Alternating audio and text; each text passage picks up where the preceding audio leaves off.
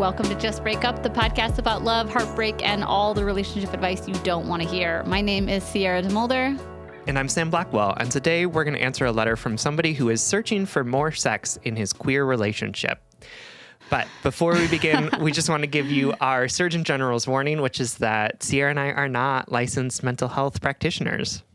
Right, and we are not sex therapists. We are not trained in this. We are not lawyers. Man, we got some lawyer advice this week. We are just two schmucks who don't know what they're talking about. So please take our advice as you see fit. We are only here to offer our humble musings to hopefully shed some understanding and maybe some laughs about the incredibly rewarding but mostly confusing experience that is love. All right, we're going to dive right into today's letter, which comes from the young and the sexless, whose pronouns are he, him, who is writing from, yeah, it's very cute, who is writing from a place of longing. Hi, Sam and Sierra. I am so glad that I found your podcast. I'm a trans guy, he, him, in my mid-30s, married to a cis woman, she, her, also in her mid-30s. We've been together for 15 years and have 2 school-aged kids. We both identify as Gold Star lesbians, kind of a joke, kind of not, since we've both only ever slept with people with vulva. We have a great relationship. We respect, support, and love each other very much. We have built a wonderful life, and I am happy. But there's one thing. We have sex maybe once a month, although a month has been known to come and go with no sex. Since we're queer, I'm using the term sex broadly here. Mm-hmm. This is why I'm reaching out to you, looking for a queer perspective on this. In the straight sex advice world, there's the ever-present narrative that men always want sex and their wives are always looking to get out of it. There's the quote advice that men should take on more of the mental load because a stressed out, resentful woman isn't going to be in the mood. But we're a queer couple, and we don't fall into stereotypical gender roles. I'm the primary parent. I keep the house clean. I make appointments. I deal with insurance and taxes and car registration and camp signups. And if we're running low on milk, I'm the one dripping with kids and their needs. And at the end of the day, I would just be so happy for my wife to see me as a sexual person. I honestly don't know why we have so little sex. I do a million little things for her that should make her life less stressful and potentially help her feel some desire. I'm attractive, obviously subjective, but I think so anyway. I make sure that she has the time she needs to exercise and meditate and do other self-care. That I know of, she has no sexual trauma and wasn't raised in a religion that's shamed sexually. She just doesn't seem to have a sex drive, and she doesn't seem to think it's a problem. And I don't want to say that it is a problem. People have the sex drives they have, and there's nothing wrong with her. And I certainly don't want to ever force her to do anything that she isn't into. I'm struggling to name why I even think sex is important for a relationship. If we have love, closeness, and intimacy in different ways, maybe it doesn't matter. But then why is it all I can think about a lot of the time? If I'm honest, I want her to want it, but there's nothing I can say or do that's going to convince her that she should want sex. Part of me is just sad that she doesn't see how much joy, pleasure, stress relief, and fun sex can bring. I want to make her feel so amazingly good, and she won't let me. I can and do get myself off. I don't want sex because I think my wife owes me orgasms. I know you'll say that we should talk about it, but we have, but I don't know if I can bring it up again. She knows how I feel. If I bring it up when it's been a while, it's loaded and creates pressure. If I bring it up when it hasn't been a while, she feels like the sex we have is never good enough. There are so many things I wish I could ask her or talk about. Fantasies, oral sex, which is a firm no from her. Another thing which is upsetting, but I can't force her to want. But I'm stuck trying to make peace with once a month sex, which for what it's worth is usually pretty good, just very routine. I want more sex. I want a partner who is interested in exploring and playing with me. I otherwise have a perfect marriage, so I don't know why I am so hung up on this desire. Can I learn to live in an almost sexless marriage without going insane? Is there a way to address this that's gentle and loving? Even though I know she loves me so much, it's really painful that my partner doesn't desire me, especially when I desire her all the time. She doesn't understand and says she shows me she loves me in other ways, but I just want her to text me in the middle of the day about how badly she wants me and that she's going to rip my clothes off after the kids are asleep. But I'm in a monogamous marriage, so I will never, ever have that, and it makes me sad. What do you queers think? You queers, what do you think? Which is just like, times have really changed. I love that. Like 20 years ago, that would have been like a big slur, but like... No, I kind of like it. I mean, I love it. But I do recognize the moment that you're acknowledging wow, that, what are you queers? Like, oh, God. P.S. The one time I suggested couples therapy nearly ended our relationship, so maybe don't tell me to do that again. All right, my queer love. Thank you so much for writing. My queer darling is what I should have said. Thank you so much for writing and for trusting us with this question. The care and thoughtfulness that you put into writing it, and the care and thoughtfulness that you obviously put into your partnership, I really appreciate. And I feel grateful that you even are interested in our advice, because I know this is a really tricky and lonely place to be at times. And yeah, man, the shape. Sex is fucking so weird. Because you know what I'm thinking about now? We've spent a lot of episodes in the past like covering different sexual desires and, not feeling ashamed for wanting sex, and, the cultural conditioning that takes place with sexuality and desire. But this letter makes me think about how our societal upbringing when it comes to sex also doesn't prepare us for long-term partnerships that ebb and flow in their sexual desire, even though like societally it's like be sexual, but like don't be sexual all the time. But don't not have sex because that means you're wrong. But like don't have too much sex because that means you're fucking weird or whatever. Like just, man, we are so fucked up about sex. Listen, The Young and the Sexless, our letter writer, you're not fucked up about sex. This all sounds very reasonable. I'm just thinking like about why sex is so tricky. You know what I mean? I was listening to a Dr. Becky parenting episode. Like Dr. Becky is a parenting expert or whatever. And it was an episode all about like how to talk to your kids about sex.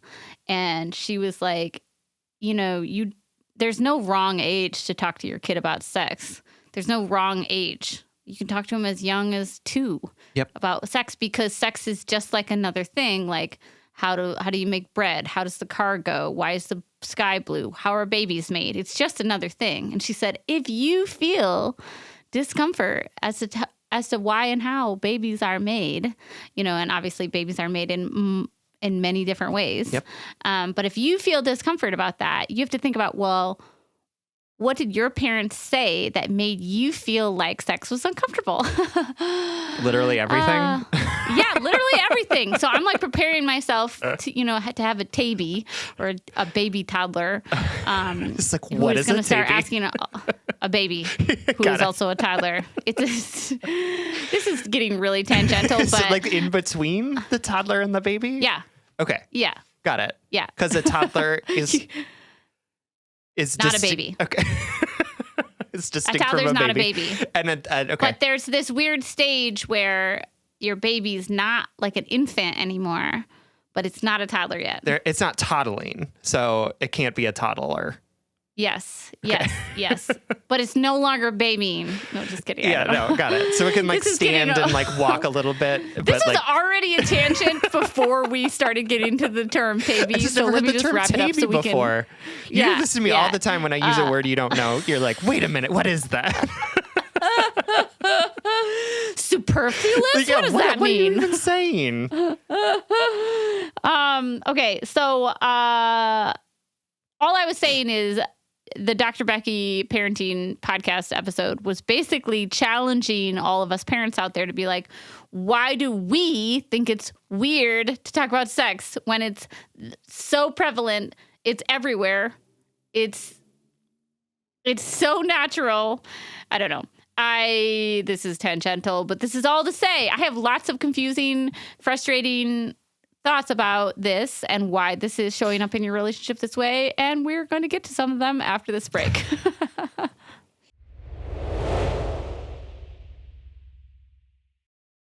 All right, everyone. Welcome back. We were just talking about sex, so we're going to get right back into it. I'm sorry for that fucking all over the place introduction. I just feel for you, to our letter writer. I feel for you because I feel like you're getting pulled in a lot of different directions, and our understanding of sex does that. Oh, for That's sure. all. Absolutely. And like, I will be really honest with you that I am currently in conversations with my therapist about sex and my approach to sex and what sex means to me. And I have been in therapy for, I'm going to say like 13-ish years, perhaps more. Yeah. And this is the first time that I'm like being really honest with a therapist about sex and how it makes me feel and like all of the stuff that's tied to it. Yeah. So like I deeply get that like these conversations around sex are really fraught. And one of the things that I'm unpacking is that like even in conversations about sex between me and Peter, there are so many other things that are influencing that conversation. Yes. That are like really disrupting our ability to talk about it in a meaningful way. And I will say it's really disrupting my ability. I'm not going to make any assumptions about like what Peter is feeling about it. But right, where if I have a conversation about the fact that I just have a lower sex drive than other people in my life, right? Like sex is great. It's fun. I enjoy it. Like I get it. Like I understand that it's great and it's fun to feel good. It is not on my top 10 list of things to like want to do like in any given day, right? Like it's just not, it does not, it just like is not that interesting to me. And I get that other people love it. Like that's totally different. But even me just saying that out loud fills me with so much shame because I assume that there's something wrong with me, that I don't want sex in the same way that other people do. And I feel like I am denying my partner something that is so important, right? Because everyone talks about sex as being like the number one thing, right? And maybe that's not true, but that's definitely sort of the story that I'm telling myself. That when I say it's number 10 and I don't actually like want to do it that often, it feels like I'm somehow disrupting the whole of my relationship with Peter and with other people that I've been in relationship with. Because it's just like the societal conversation around it is just like so intense all the time and so disruptive and like so contradictory in so many ways, right? And like the book Ace by Angela Chen, so Spencer, add a tally to the list,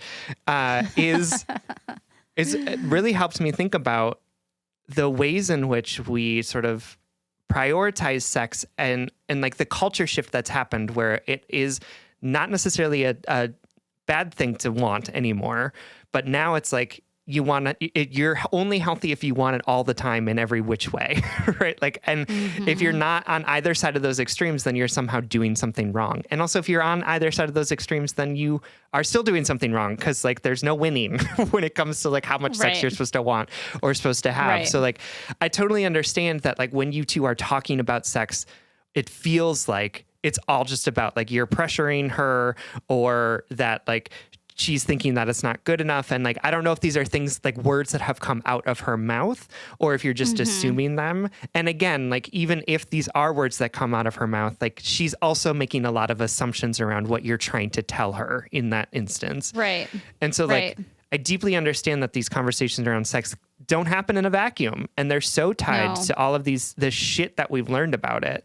And what I'm learning in this literal moment right now, like in the actual therapy that I'm having, is that like part of the work is about having these types of conversations out loud and in a way that is acknowledging all of that other stuff so that it doesn't just become like a running tool of assumption, right? Like just like a running path, like an escalator towards you're not having the right type of sex and you're a bad person for it, which is like the second I start talking about it is the excellent, like that is the way that like, that is the direction that I'm moving. And it's like immediate, like it transports me there immediately. And I have to be like, here we are again. We have to choose something different. And like easier said than done. I know this intimately because like we're talking in real time about like what I'm trying to do.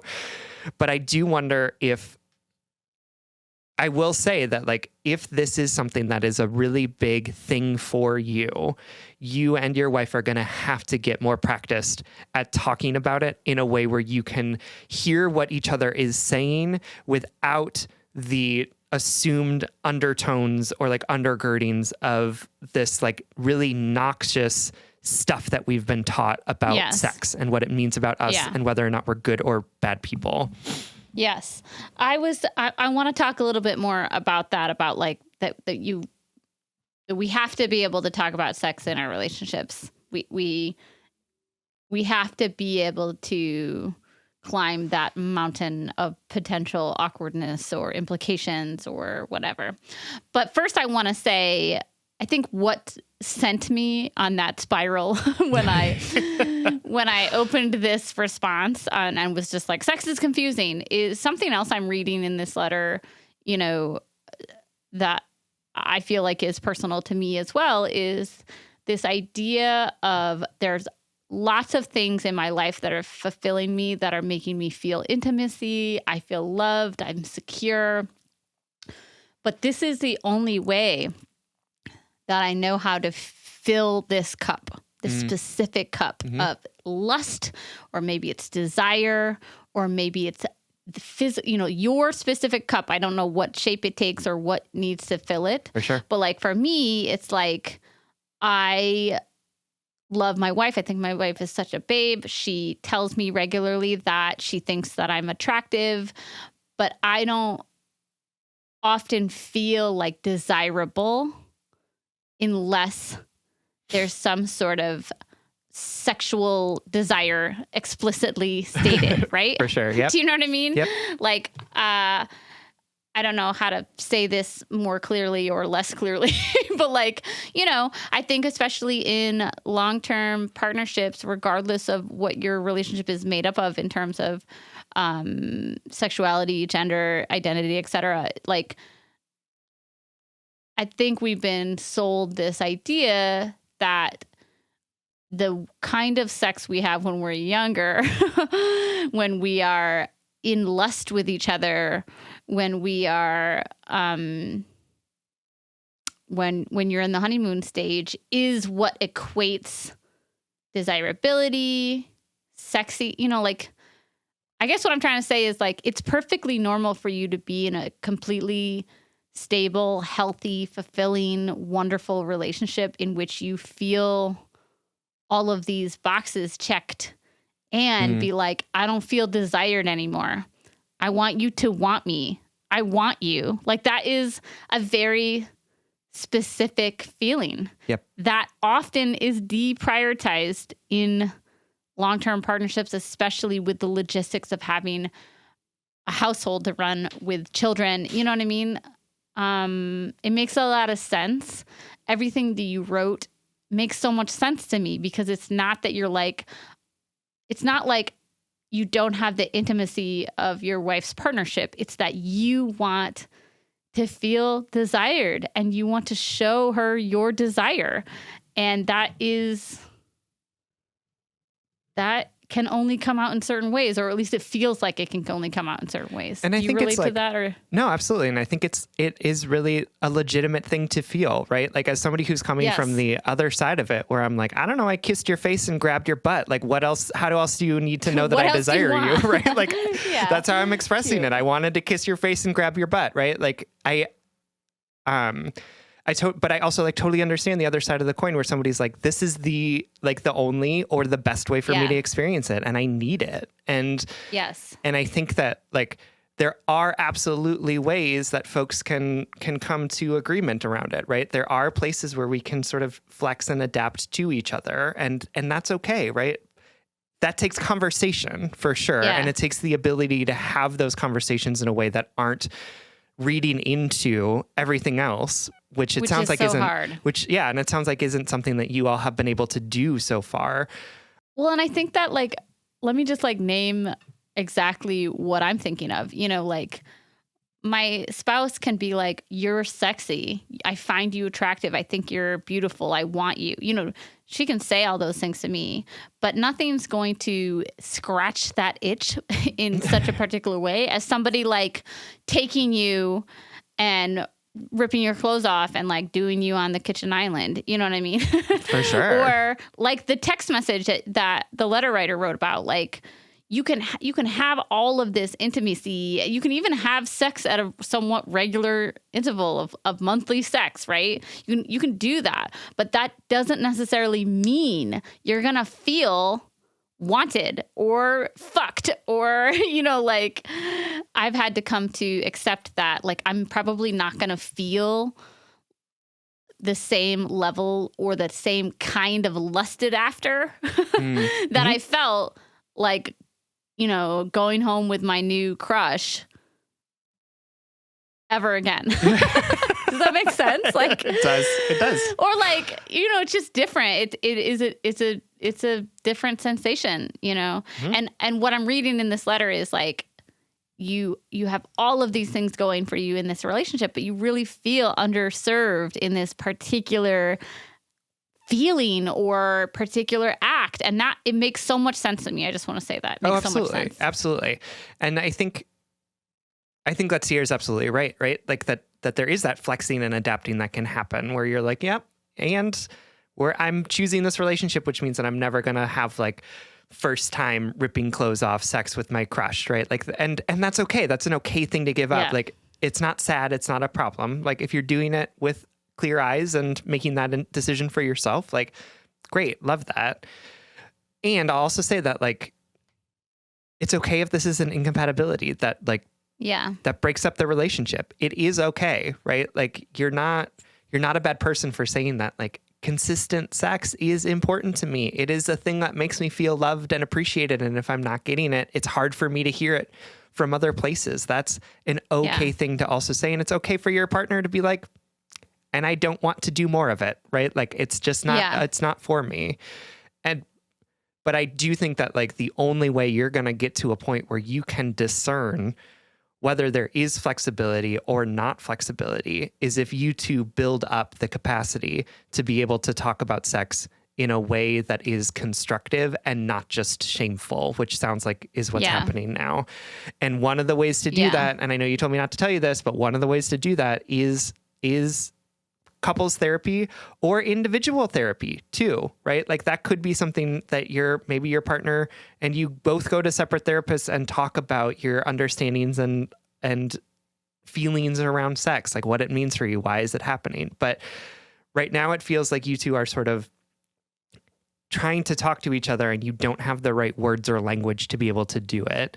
And those words and language are not just things that come naturally to us. We were not taught them in childhood. To Sierra's point, right? Like my parents never sat me down and told me how to have a conversation about sex that wasn't weird or awkward or shameful. Like they never did. Because they were weird and awkward and ashamed about it. That's the cycle right there. Love them, right? Like in so many ways, they were wonderful parents. And like in this particular place, they tried for sure, but it was never anything that was not uncomfortable or weird or shameful, right? So I don't know how you get that language without being willing to commit to do the Duolingo, right? To like do the actual exercises to like bring that language into your understanding. A Duotango in this situation. Duolingus is what I'm trying to say. I hate us. Those were some superb jokes. Thank you. Something needs to change and it's going to take intentional effort. Right. Or else it's going to stay the same. And like, maybe that's okay with you. It sounds like it's not because you wrote into two strangers about it. And like, oh, you don't like it. So I'm not sure that it feels okay, but. Absolutely. And I just want to say too, like, Sam's like, it feels like you're struggling to have this conversation because you don't have the right words or you're coming at it from different points of view. And I want to remind you and your wife that like, we all have different sex. We have this shared understanding of what sex is. But not only do we all do different things in our bedrooms or on our kitchen islands, but we all experience sex differently. Some of us have sex to feel desired. Some of us have sex to show intimacy. Some of us have sex to make another person feel good. Some of us have sex to distract. Some of us have sex as though it is a 100% out-of-body experience, right? Sure. Some of us have sex and it is so intimate, so present, so in the body. And just like we are all, just like you and your wife have two separate marriages, even though you're in the same relationship, you two are having different sex when you come together, right? that was not meant to be a sex joke, but there you go. Or don't come together, whatever the case may right, be. Exactly. So keep that in mind when you approach this conversation, because I totally agree with Sam. You have to be able to talk about it. And I think you can say words somewhere along the lines of, I know this makes us uncomfortable, and I know this has led to conflict in the past because it makes us feel uneasy or ashamed or uncomfortable or whatever it is. But if we can't talk about our sex life, then how else are we going to connect and problem solve together? You might not feel like this is a deficit. I do. That's okay. It's not, we're on the same team, right? We have to be able to talk about the things that make us uncomfortable. And, I also feel for your wife because I have sensitivity to people bringing critiques to me. I'm all about hard conversations, and I'm all about teamwork, and I'm all about internal growth and stuff like that. But I am the only one that can talk shit about myself. I'm the only one that can call myself an asshole. If you call me an asshole, I will be really sad forever. Right. So, and like Sam said, we have so much conditioning around sex that there's reasons why we feel uncomfortable around it. There's reasons why your wife responds in this way, but you have to be able to talk about it. You have to take the emotions out of it. And here's my challenge to you. And I know this can be really hard because, like you said, if you talk about it after you've had sex, it's like, it's never enough. And if you talk about it after there's been a sex drought, then it's like, oh, there's a lot of pressure. You have to be able to set the stage of this conversation as securely and as with the strongest foundation, right? Like, you have to come to this not neutrally, but you have to be able to try to call her into a conversation in which she doesn't feel attacked. It's not your responsibility to make her process her feelings in a specific way or not, but I just know that this can be very fraught.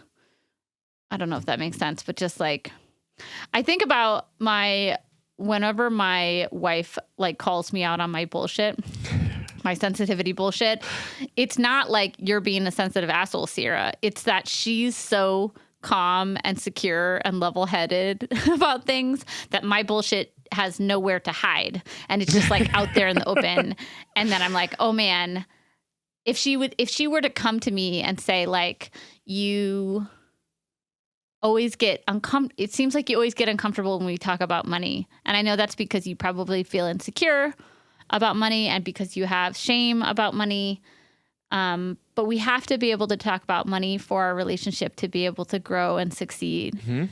It's something that's important to me, and I would like us to be able to have constructive conversations about it without you getting defensive. Is that possible? Can you do that to me? She has said a variation of that to me in the past, and it's like, I'm like a deer in headlights with her, and the headlights are her security and stability. For sure. You know what I mean? She just comes to me and I'm like, what are you talking about? I can't be emotionally irrational and defensive, get defensive so that I can get myself out of this uncomfortable conversation. Oh, no, absolutely. I have had that exact moment happen where Peter has said something very rational, and I have this fight or flight sensation. And I'm like, okay, so this is not us. This is me. Yes, totally. Anyway, we know that this is really tricky and hard. And I know that we've just had a really roundabout conversation that tells you, again, you have to talk about it with her. But hopefully you feel a little bit less alone in it and affirmed, and maybe we gave you some scripts. I don't know. I think so. I think we gave some tangible advice in that sort of musing bubble. Yeah, totally. Good luck. We love you. And we hope this helps. Yeah. Thank you so much. We love you.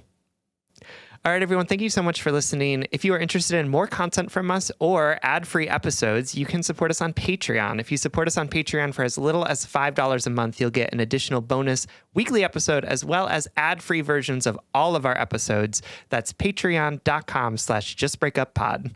You can slide into our DMs, send us your favorite relationship memes, but most importantly, you can submit your questions about all matters of the heart at justbreakuppod.com, which is also where you can find our merchandise. Please remember to like, follow, subscribe, give us a 5-star rating and review. This literally keeps our mics on and helps us reach more brokenhearted souls who need 2 random strangers giving them relationship advice. Just Break Up is a production of Duvid Media, original music recording, editing, all magical things by our good friend Spencer Worth Davis.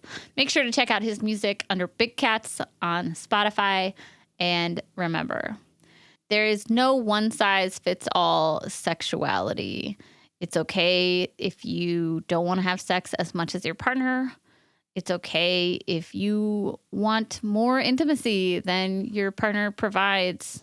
And despite the fact that these conversations can be very uncomfortable and bring a lot of baggage and shame that we inherited from our parents or society, it is okay to talk about sex and desires or lack thereof. And if all else fails, just break up.